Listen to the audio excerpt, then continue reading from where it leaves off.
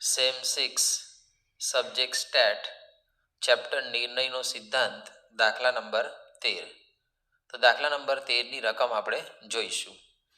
એક વેપારીએ અમુક વસ્તુ દરરોજ કેટલી ખરીદીને રાખવી તેનો નિર્ણય કરવાનો છે. દિવસ દરમિયાન ન વેચાયેલી વસ્તુ બગડી જાય છે. વસ્તુની નંગ દીઠ ખરીદ કિંમત 12 રૂપિયા અને વેચાણ કિંમત 15 રૂપિયા છે.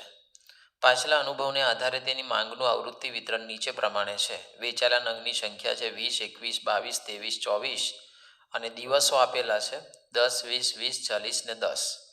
હવે અત્યારે હાલમાં પહેલાં તો વસ્તુ તમારે બગડી જાય છે એવું આપેલું છે. જો અંદર કે 12 રૂપિયાની વસ્તુ ખરીદ કિંમત છે અને વેચાણ કિંમત 15 છે. તો મને કહો 12 રૂપિયાની વસ્તુ 15 રૂપિયામાં તમે વેચો તો તમને નફો કેટલો થાય, પ્રોફિટ? તો કે 3 રૂપિયા. તો અહીંયા આગળ જો 15 રૂપિયા વેચાણ કિંમત ને ખરીદ કિંમત 12 રૂપિયા, તો 3 રૂપિયાનો નફો થાય છે. પછી અહીંયા આગળ લખ્યું છે કે દિવસ દરમિયાન ન વેચાયેલી વસ્તુ બગડી જાય છે. એટલે તમે 12 રૂપિયાની વસ્તુ ખરીદી છે અને બગડી જાય ને તો તમને ખોટ જાય છે 12 રૂપિયા. વસ્તુ વેચાય તો 3 રૂપિયા નફો અને ના વેચાય તો 12 રૂપિયાની તમને ખોટ જાય છે. ઓકે, તો દરેકને આટલી ખ્યાલ આવી ગયો હશે કે પ્રોફિટ 3 રૂપિયા, લોસ 12 રૂપીઝ. હવે આપણે અહીં આગળ દાખલામાં વેચાયેલા નંગોની સંખ્યા આપી છે પણ સંભાવના નથી આપી. તો આપણે સંભાવના શોધવી પડે. તો સંભાવના શોધવા માટે પહેલાં તો જો વેચાયેલા નંગની સંખ્યા 20, 21, 22, 23, 24. અહીંયા પણ વ્યૂ 20, 21, 22, 23, 24 અને એના XXP એવું બધામાં લખી નાખવાનું. પણ મેઇન છે આ સંભાવના. આ તો આપેલું જ છે પણ આ પ્રોબેબિલિટી એટલે કે સંભાવના એનું ઓલવેઝ સરવાળો એક જ થાય, 1 થાય. તો આ કેવી રીતે આવ્યું તે આપણે સમજવાનું છે. તો જોઈએ, આપણે સમજીએ. આ 10 ને 20, 30, 30 ને 20, 50, 50 ને 40, 90, 90 ને 10 કેટલા થાય? 100. તો અહીં આગળ આ 100 ટોટલ થાય છે. એટલે આપણે શું કરવાનું? આનું ટોટલ કરી દીધું પહેલાં. પછી 10 ભાગ્યા 100 કરવાનું. જો 10 ભાગ્યા 100, તો 10 ભાગ્યા 100 કરશો તો 0.1 આવશે. પછી જો આ 0.1, આ એક લખ્યું 0.1. પછી એ જ રીતના 20 છે તો 20 ભાગ્યા 100 કરશો તો 0.2 આવશે. પછી એ જ રીતના 20 ભાગ્યા 100 એટલે 0.2. 40 ભાગ્યા 100, આ 40 છે તો 40 ભાગ્યા 100 કરશો તો 0.4 આવશે. અને 10 ભાગ્યા 100 કરશો તો 0.1 આવશે. તો પહેલાં તમે આ રીતના આખું કમ્પ્લીટ શોધી નાખ્યું. હવે શું તો કે સંભાવના તો મળી ગઈ, પણ હવે દાખલામાં મેઇન ગણતરી હવે જ છે. કે મેઇન ગણતરીમાં શું તો કે આપણે અત્યારે હાલમાં જે ગણતરી કરવા જઈ રહ્યા છે તે ગણતરીમાં શું શોધવાનું છે મેઇન, તે તમે જો ધ્યાનથી જોજો કે આપણને નફો, પ્રોફિટ 3 રૂપિયા થાય છે અને ખોટ 12 રૂપિયા જાય છે. ધ્યાન રાખજો એ. તો અત્યારે હાલમાં અહીં આગળ જે હાલમાં જે આપેલું છે કે 20 વસ્તુ છે, જો 20 વસ્તુ, તો જો અહીંયા આપણને આપેલી છે 20 વસ્તુ છે. 20 વસ્તુની માંગ પણ છે. આ વેચાયેલા નંગની સંખ્યા જે છે અહીં આગળ છે, જો વેચાયેલા નંગની સંખ્યા એ માંગ કહેવાય.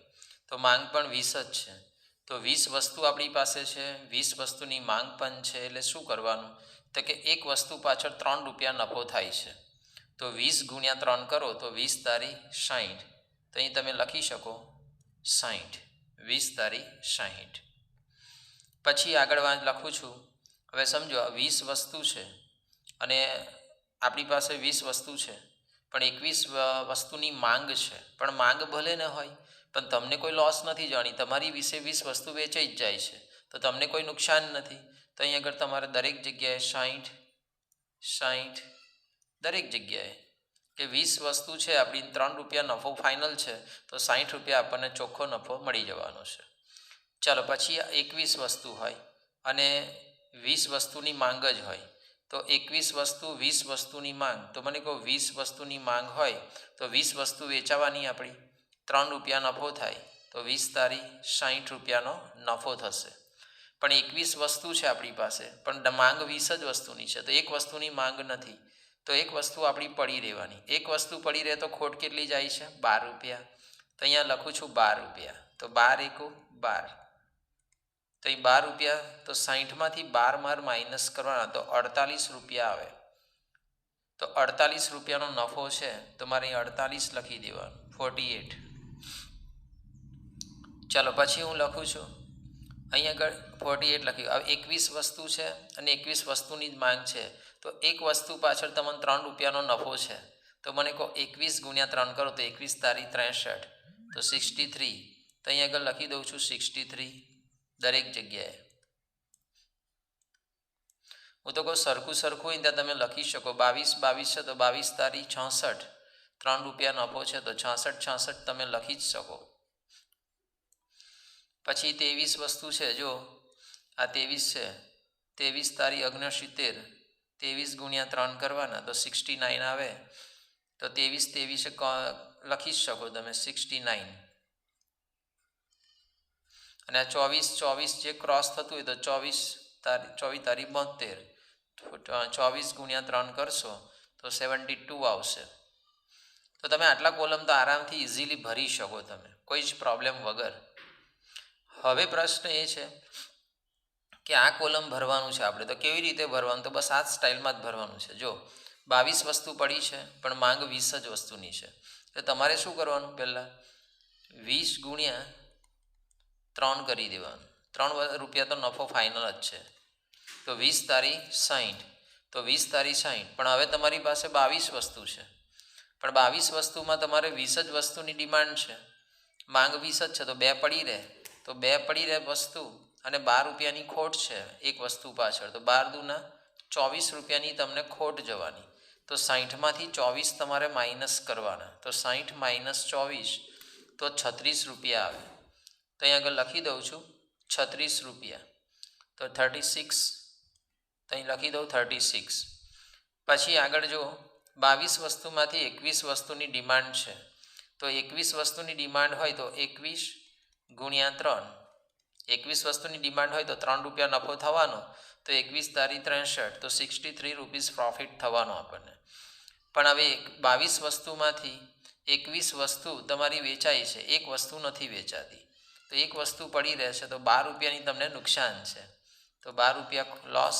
તો 63માંથી 63 રૂપિયાનો નફો અને 12 રૂપિયાની ખોટ, તો 51 રૂપિયા આવે, તો 51 રૂપીઝ અહીંયા લખી દેવાનું.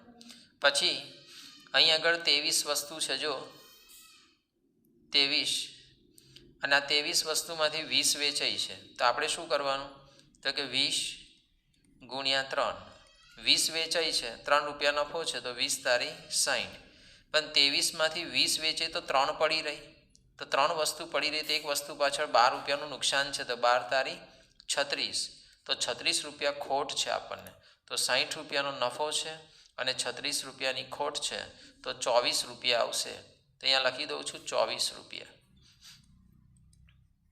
ચલો આ જ રીતના આપણે આગળ લખવાનું છે ગણતરી. જુઓ, ચાલો આપણી પાસે 23 વસ્તુ છે અને 21 વસ્તુની ડિમાન્ડ છે, તો 21 વસ્તુની જેટલી ડિમાન્ડ હોય ને પહેલાં 21 ગુણ્યા 3 કરી દેવાના. 3 રૂપિયાનો નફો, 3 વેચાય તો 21 તારી 63 થાય, તો 21 તારી 63 પહેલાં લખી દેવાના. પણ 23 વસ્તુમાંથી મને કહો 2 વસ્તુ નથી વેચાતી, તો 2 વસ્તુ ગુણ્યા 12 કરવાના, તો 12 દુના 24, તો 63માંથી 24 જાય, 63માંથી 24 માઇનસ કરો તો 39 રૂપિયા આવે, તો અહીં 39 લખી દઉં છું, 39. પછી જો એ જ રીતના તમારી પાસે 23 વસ્તુ ભલે છે પણ 22 વસ્તુની માંગ છે, તો 22 વસ્તુની માંગ હોય તો 22 ગુણ્યા 3 કરી દેવાના, તો 22 તારી 66 રૂપિયા તમારી પાસે આવે. પણ 23 વસ્તુમાંથી મને કહો 22 વસ્તુ વેચાય ને એક વસ્તુ તમારે ન વેચાય, તો 1 ગુણ્યા 12 કરવાનું, તો 12 થશે, તો 66માંથી 12 જાય તો 54 રૂપિયા આવે, તો અહીં આગળ લખી દઉં છું 54 રૂપીઝ. હવે પછી તમે જો આગળ અહીંયા આગળ 24 વસ્તુ છે અને અહીં આગળ વેચાય છે માત્ર 20 જ વસ્તુ, એટલે માંગ એટલી જ છે, તો તમારે શું કરવાનું? તો કે અહીં આગળ 20 ગુણ્યા 3, 20 વસ્તુની માંગ છે, તો 20 તારી 60, તો પહેલાં 60 તો કરી જ દેવાના, 20 તારી 60 રૂપિયાનો નફો થશે. પણ 24 વસ્તુ આપણી પાસે પડી છે અને 20 જ વસ્તુની માંગ હોય તો સ્વાભાવિક છે કે 4 વસ્તુ તમારી પડી રહેવાની, અને એક વસ્તુ પાછળ 12 રૂપિયાનો લોસ છે, તો 12 ચોકું 48 રૂપિયા થાય, તો 12 રૂપિયાનો તો પણ નફો થાય છે, તો અહીંયા આગળ 12 રૂપિયાનો નફો તમારે લખી દેવાનો, 12 રૂપીસ. તો અહીંયા આગળ 12 લખી દેવાનું. ચાલો પછી જો આગળ વધીએ, અહીં આગળ તમે જોઈ શકો કે 24 વસ્તુ છે અને વેચાઈ છે 21. તો અહીં આગળ શું લખવાનું? તો 21 ગુણ્યા 3 કરવાના. તો 21 તારી 63 રૂપિયાનો નફો થાય. તો 21 તારી 63 રૂપિયાનો નફો થાય. પણ મને કહો આ 24 વસ્તુમાંથી 21 વસ્તુ વેચાઈ છે તો 3 વસ્તુ પડી રહી. તો 3 ગુણ્યા 12, 12 તારી 36. તો 63માંથી 36 માઇનસ કરી દેવાના. 63 માઇનસ 36 તો 27 આવે. તો 27 રૂપિયા અહીંયા અમારે લખી દેવાના. તો તમે જોઈ લીધું, જો આ 24 વસ્તુમાંથી 21 વસ્તુ વેચાઈ તો 21 તારી 63 રૂપિયાનો નફો થયો. અને 3 વસ્તુ ના વેચાઈ, કારણ કે 24માંથી 21 વેચાય તો 3 આપણી પડી રહે. તો 12 તારી 36. તો 63માંથી 36 જાય તો 27 મેં લખી દીધા. પછી તમે આગળ જોઈ શકો કે અહીં આગળ 24 વસ્તુ છે, પણ અહીં આગળ જો 22 વસ્તુનું વેચાણ છે. તો અહીં આગળ શું કરી દેવાનું આપણે? 22 વસ્તુનું વેચાણ હોય તો 22, 3 રૂપિયાનો નફો થવાનો. તો બોલો 22 તારી કેટલા થશે? 66.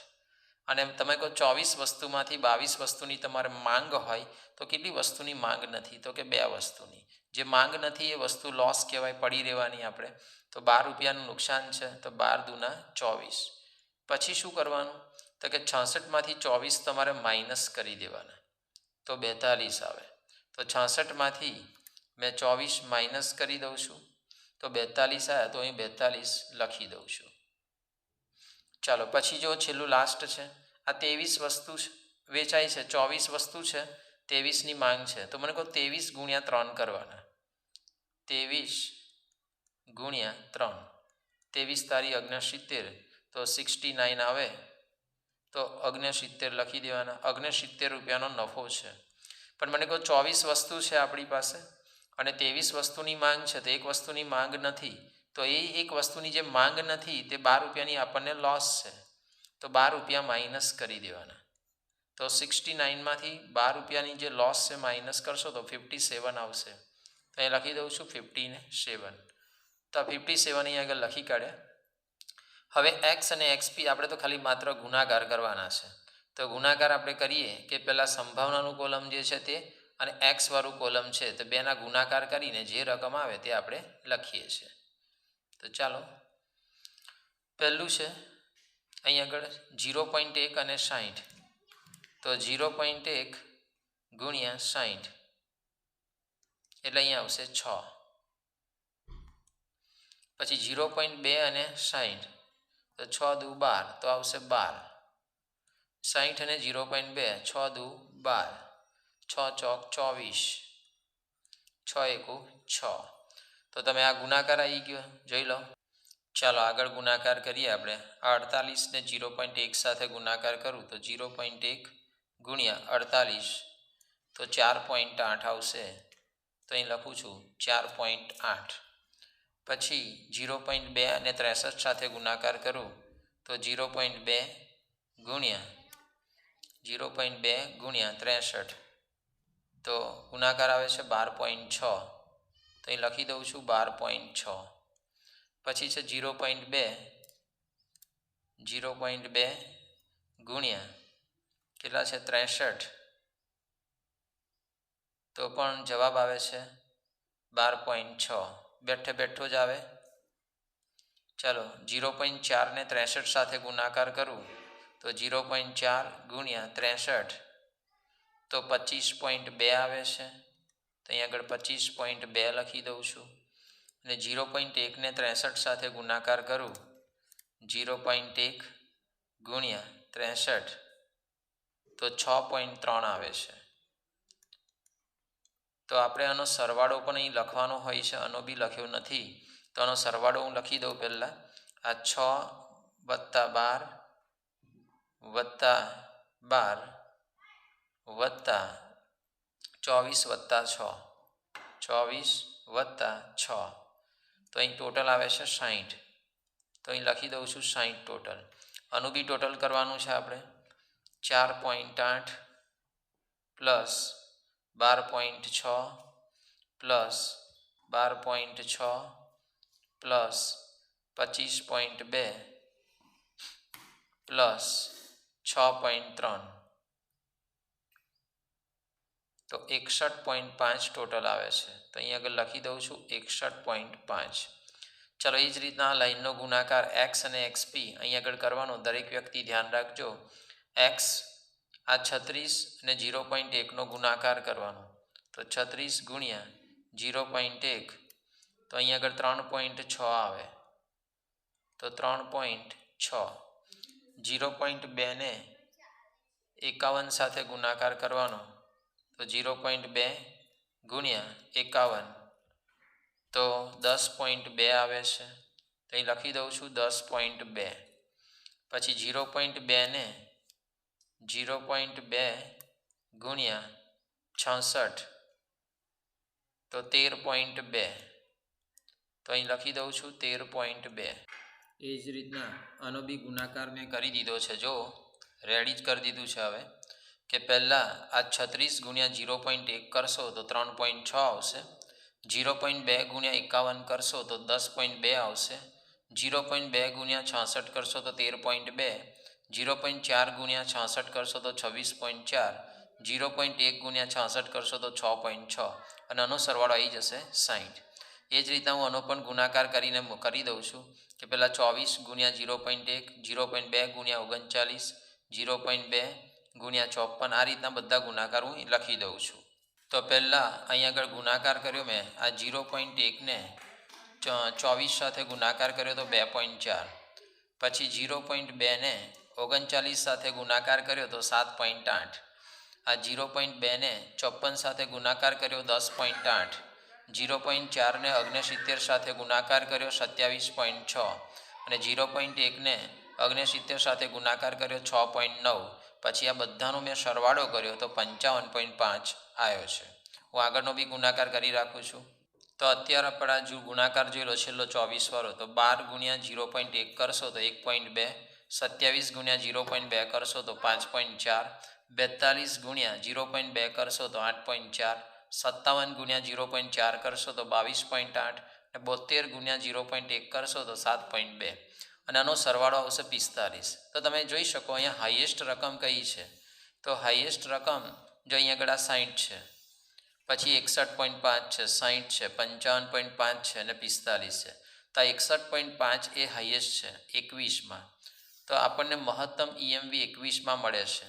તો 61.5. તો અહીં આગળ આપણે એના માટે લખવું પડે. તો જો અહીં આગળ લખી દઉં છું 21 નંગ માટે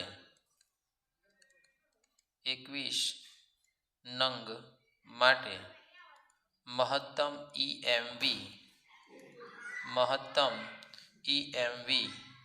તો અહીંયા મેં લખી દીધું કે 21 નંગ માટે મહત્તમ EMV 61.5 રૂપિયા મળે છે. આ 21માં આપણે વધારે મળે છે 21.5 આ બધા કરતાં. આ 45, 55.5, 60 એના કરતાં આની અંદર વધારે છે. તો આપણે એવું લખી દેવાનું કે 21 નંગ માટે મહત્તમ EMV 61.5 રૂપિયા મળે છે. તો દરેક સ્ટુડન્ટને કમ્પ્લીટ ખ્યાલ આવી ગયો હશે એવી આશા રાખું છું. ઓલ સ્ટુડન્ટને મિતેશ ક્લાસીસ તરફથી થેન્ક યુ વેરી મચ.